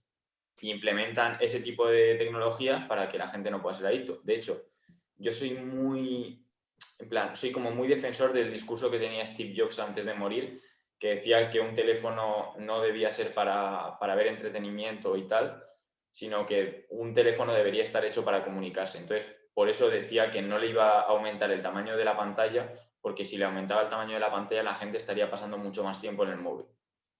Entonces, ¿qué pasó? Murió y ya Samsung vio que subirle el tamaño de la pantalla y resaltarle muchísimo los colores y ese tipo de cosas harían que pasaran más tiempo en los móviles, vender más y que gastaran más en sus productos. mm, Entonces yo creo que ahí empezó un poco la locura.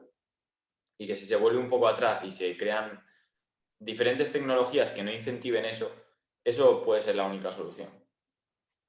Yo quiero decir dos cosas. La primera es que estoy de acuerdo en lo que has comentado tú sobre el caso de China y el caso general, pero no creo que el tenerle miedo a eso deba hacer que frenemos las investigaciones, porque al final el investigar hoy va a hacer que mañana nos podamos curar de una determinada enfermedad o porque sí, vale, yo entiendo que pueda existir miedo, por ejemplo, en mi sector, en que se investigue acerca de células madre porque una persona, un loco pirado, pueda coger y pueda clonar a una persona totalmente. Ya se ha hecho con un montón de animales y no queda mucho, si no se Y ha hecho seguro ya, que, y para que se seguro pueda que se hacer ha con hecho con una personas. persona. Seguro que se ha hecho con una persona. En plan, rollo Área 51, estudios privados Fijo. de esos. Sí, sí, sí. Pues Seguro. yo eso, vale, sí, es muy peligroso y hay que tener cuidado, pero para eso están las normas, para eso está la ética, para regular eso. Entonces yo creo que hay que seguir investigando todo lo que se pueda, porque al final la ciencia se puede aplicar bien o se puede aplicar mal, igual que la ciencia de datos. Nuestro objetivo es aplicarla bien. Si hay alguien que lo aplica mal, pues ya se le castigará como es debido. Sin embargo, creo que el problema de todo es que la ética avanza mucho más lento Eso, que lo que avanza la ciencia. ese es el problema. Un Ya. ejemplo puede ser los transgénicos. Es que es súper absurdo el tema de los transgénicos, perdón. Los transgénicos, para el que no sepa, pueden ser cultivos modificados genéticamente para, por ejemplo, ser más resistentes a la sequía o ser resistentes a un determinado tipo de plaga, por ejemplo, un insecto que se pueda comer ese cultivo y que, por tanto, si ya está modificado y es resistente, no hace falta utilizar agentes tóxicos, agentes químicos para poder matar ese insecto. Pues bien, Europa está bastante retraída en este aspecto. Estados Unidos tiene aprobados los transgénicos, pero Europa únicamente permite 3. Uno de ellos es, por ejemplo, el maíz BT, que se siembra en España, se cultiva en España. Pues bien, hay una gran cantidad de transgénicos que se utilizan en España para, por ejemplo, alimentar animales, pero que no está permitido su cultivo. Está permitido que lo consuman y traerlos aquí, pero no está permitido su consumo. O, por ejemplo, con Es el que caso... luego eso el problema que tiene también es que no se han visto las implicaciones de salud que puede tener el consumir ese tipo Sí, hay de gente productos. que dice que el problema puede estar en, por ejemplo, nuestra flora intestinal porque tenemos bacterias, pero es que eso no se ha probado. Claro. Y, ¿qué ibas a decir? Claro, pero es que no se ha demostrado ni que sea bueno ni que sea malo. A ver, sí que se ha demostrado que no hay problema. Y al final, Claro, pero aunque tú... a corto plazo no lo puedes demostrar. Es Ya, pero es decir, que es estúpido lo que están haciendo porque tú el filete que te estás comiendo es de, por ejemplo, una vaca que está comiendo transgénicos. O sea, no ya, te dejan a ti comerlos, pero la vaca sí. Entonces, al final tú te vas a llevar eso. Si fuera malo, que no lo es. También yo pero a creo, ver, no hemos visto a largo plazo. Tú imagínate que a largo plazo sea malo Eso es cierto, y que cause mutaciones en los genes y tal. pero ¿qué No lo sentido sabemos. tiene? No tiene ningún sentido lo que están haciendo. y para Ya. implementar aplicaciones sociales tiene que haber un cambio en la sociedad entera. O sea, por mucho que tú conoces el tema y sabes lo que implica, sabes lo que hay, Claro. pero si una persona común o una persona que se dedique a otro tema tiene que cambiar ese chip para que lo acepte. Claro, es que si tú ahora vas por la calle y le preguntas a alguien, ¿te gustan los transgénicos? Te va a decir que no porque es algo raro, es algo desconocido, algo Ya, eso diferente sí. y no va a querer. Y ese es el problema de la Unión Europea. Al Por eso no final, lo están la legalizando. tecnología avanza muy rápido, pero el Hombre, cambio social avanza muy lento y ese es el problema. si por ejemplo, gracias a los transgénicos se dejan de utilizar ciertos pesticidas que están asociados Eso, con cáncer y ese tipo de cosas, sí que eso. puede ser interesante. Y esto en salud, porque, por ejemplo, yo que sé, la biología sintética, si consigues bacterias que sean capaces de crear madera, yo que sé, de eso va a estar todo el mundo de acuerdo. O sea, aquí no va a estar de acuerdo en eso. Sin embargo, para hacer carne sintética, pues ahí ya entraría otra vez el problema. Que eso podemos hablarlo ahora, pero quería matizar una cosa de antes. Por ejemplo, en China hay una cosa que se llama arroz dorado. Sabes que los chinos comen muchísima cantidad de arroz. Entonces, igual están teniendo deficiencias en, por ejemplo, provitamina A, que es lo que lleva este arroz dorado. Este arroz dorado está modificado para que lleve también vitamina A y que el chino, al comerse ese arroz, también esté ingiriendo vitamina A, que puede ser deficiente y, por tanto, va a tener una peor salud. El caso que has comentado de la carne sintética, bueno, lo de la celulosa ya se está haciendo. Hay un montón de empresas que se dedican a esto y al final es una solución muchísimo más biodegradable. El caso de la carne sintética, el mismo Bill Gates acaba de publicar su último libro sobre el calentamiento global y comenta esto, que en menos de 10 años vamos a estar todos comiendo carne sintética. Pero nada, pero él tiene muchos intereses detrás. Lógicamente. Es el mayor poseedor de tierras de cultivo de Estados Unidos y justo hace ese libro. Sí, Y encima él ha puesto estadísticas completamente modificadas, es decir, hechas Sí, para que me salga para, bonito. para que salga catastrófico el resultado de si están, en plan, su modelo, por lo que vi, en plan, tenía en cuenta que no íbamos a cambiar la sociedad y los resultados de si no cambiaba y de que la gente no hiciera acción en la sociedad. Pero es que lo que descuenta es que la gente sí que está haciendo acción en la sociedad para pues, gastar menos y todo ese tipo de cosas y ser más amistoso con el medio ambiente y no reventarlo. Pero es que han hecho cálculos completamente exagerados que no pueden ser tomados seriamente. Y yo creo que el problema de muchos de estos activistas extremos es que no utilizan modelos realistas y la gente dice, nah, es que es un flipado, eso es imposible, no sé qué. Gente se convence muchísimo y cree que es el fin del mundo y otros creen que está mintiendo. Entonces, si se hicieran modelos realistas y decir, esto es lo que hay, si se sigue de esta manera, esto puede ser lo que pase. Si se hace un poco menos, esto puede ser lo que pase. Dar opciones y que la gente vea la influencia que puede tener. Pero si la gente ve que no hay un feedback directo entre lo que hay y lo que hacen, yo creo que eso es un problema.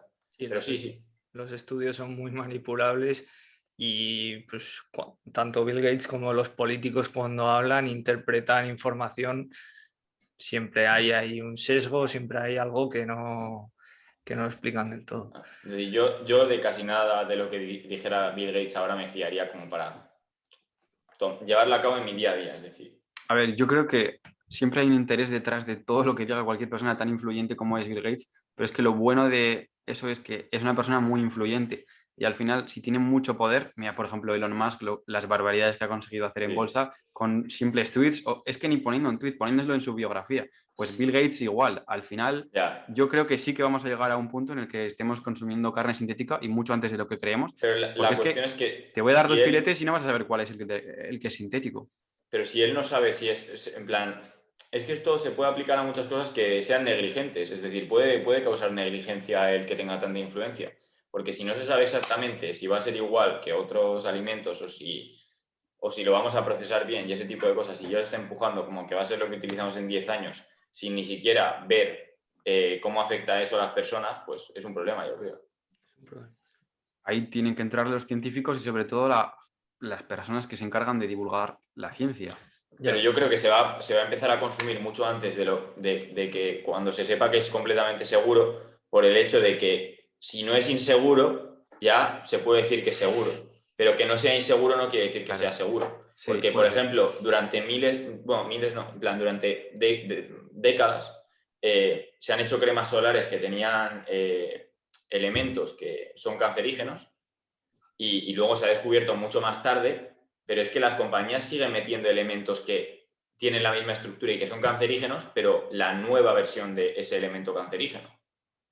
Entonces, eso es un problema, porque no están siendo éticos y en vez de utilizar algo que es beneficioso para darle una textura a la crema y que huelan mejor o que se absorba mejor, están poniendo productos que en verdad son negligentes. Es decir, están utilizando lo no prohibido o lo que no se ha demostrado que pueda ser malo, pero en realidad ellos saben que eso puede ser malo. Entonces eso es lo que hay que evitar también. La ética es el evitar ese tipo de cosas, porque justo utilizan una cosa que cuesta muy poco dinero hacerla y en vez de buscar una mejor solución dicen cuesta poco dinero y a la gente le gusta. Pues ya está, vamos a hacerla. Pues que eso, mira, por ejemplo, fuimos el otro día a un centro de investigación, teníamos unas ponencias, unas charlas de unos investigadores. Uno de ellos trabajaba con orangutanes, realizaba los estudios en orangutanes. Había hablado con una farmacéutica que estaba a punto de lanzar un fármaco, un nuevo fármaco. Lo había probado ya en rata, lo había probado en perros y no me acuerdo en qué otro animal lo había probado ya. Entonces, este investigador le propuso realizarlo en orangutanes diciéndole que su modelo animal era superior al resto porque se asemejaba más a los humanos, iba a darle unos resultados más fiables de los posibles efectos secundarios o de cómo iba a interactuar ese fármaco con nuestras células y un montón de cosas que son, si lo piensas, súper positivas para el proyecto. Pero lo gracioso y cuando empiezas a pensar en este mundo como un mundo de intereses y no como un mundo de todo es bonito y todo lo hago porque soy súper buena persona, el empresario en el primer momento le dijo, lo último que se me ocurriría hacer ahora mismo es probar mi fármaco en tu modelo. Imagínate que me sale mal. Todo lo que llevo haciendo estos últimos 10 años se va todo a la mierda. Yo lo que quiero es, con estos 3 animales que he validado ya, sacar el fármaco al mercado y seguir ganando dinero. Y si quieres, para posteriores fármacos que tengan dentro de unos años,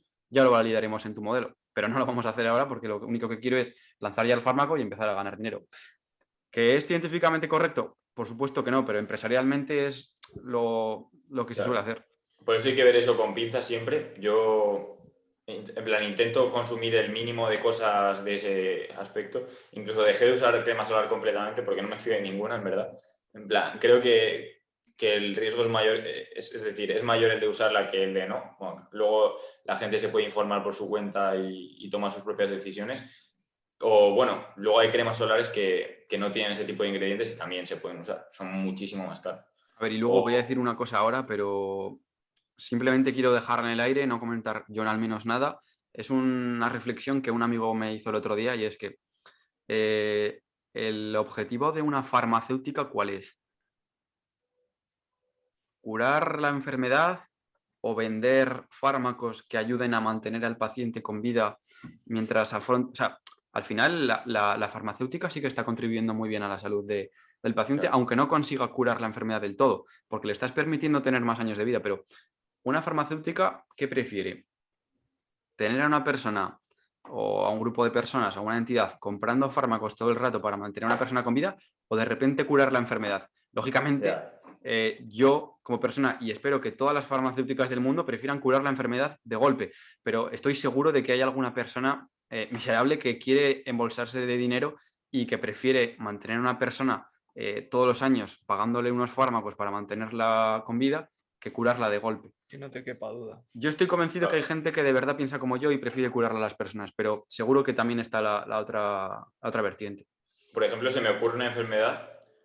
¿Tú crees que, por ejemplo, el SIDA sería curable? No lo sé. ¿Y los celíacos? Es que es muy complicado, también es muy complicado porque ahí entran reacciones inmunes.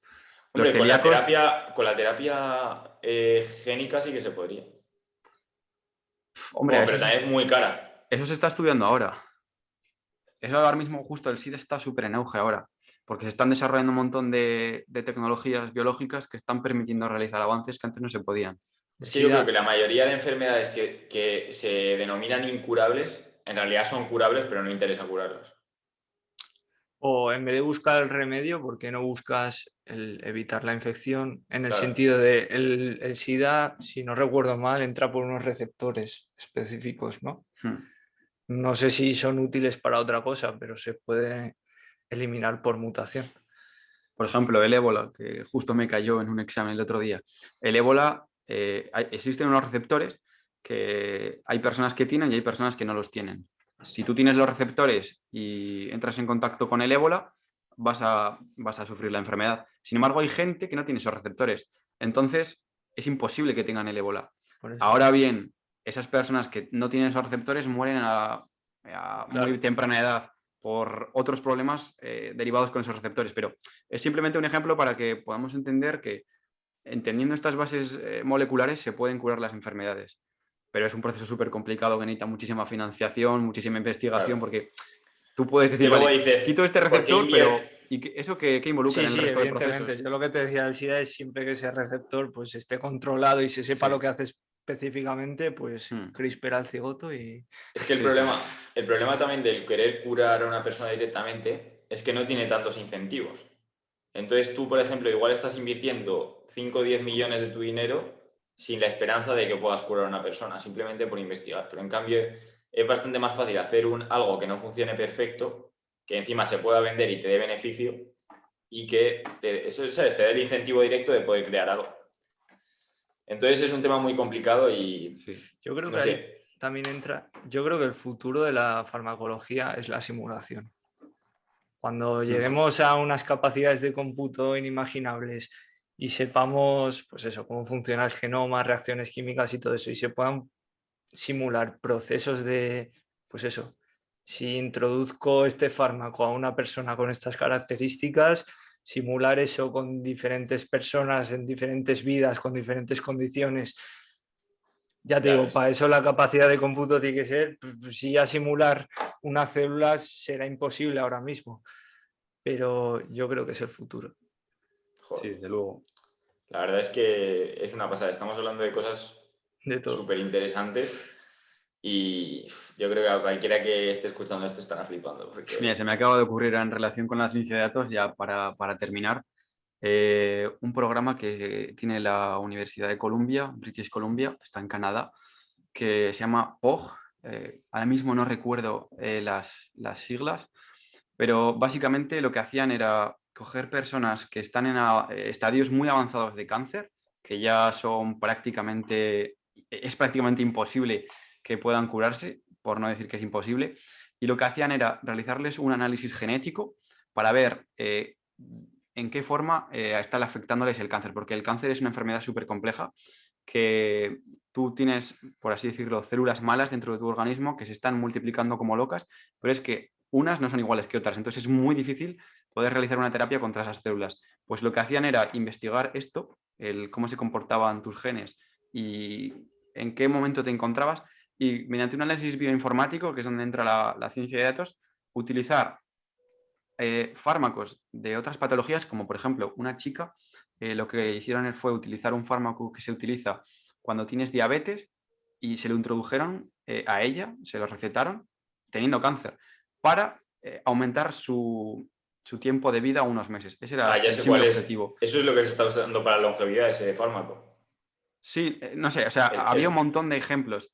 Imagínate, otra persona que tenía un cierto tipo genómico, pues se le iba a recetar un fármaco que se utiliza en Alzheimer, porque al final los fármacos son moléculas que interactúan con receptores o con moléculas nuestras. Pues si ese fármaco en el Alzheimer lo que está haciendo es facilitar un proceso, igual en tu subtipo de cáncer también lo puede hacer. Pues estudiaba eso, se utilizaba ese fármaco, nuevamente medicina personalizada porque es individualmente a cada persona, y se conseguía con un fármaco que ya está desarrollado y que no necesita que pase todas las fases de validación, como por ejemplo en el coronavirus que ha ocurrido en este momento, que ha sido en un año, pero que lo normal son 10 años. Pues no necesita pasar todos esos controles, ya se puede aplicar a la persona porque se sabe que no es tóxico y puede estar contribuyendo a que tenga una mayor supervivencia. O sea, es algo loquísimo. Qué pasada. Es un campo increíble. Sí. Todo está unido. Pues nada, yo creo que ha sido una pasada de podcast y podríamos ir terminándolo por aquí. Hemos hablado de todo. miles de cosas y ha sido un placer tenerte, de verdad. En plan, puedes volver cuando quieras, que estaremos encantados de hablar contigo, y ya me gustaría hablar contigo de cosas de esas porque, joder, tenemos una charla pendiente. Sí. A ver Pues si voy a visitaros a Pamplona ahí un día y comemos o algo. Joder que sí, estaría muy guay. Pues nada, lo dejamos por aquí. Pronto volveremos con más podcast y pronto volverás tú también por aquí. Así que nada, hasta la próxima. Bueno. Un saludo.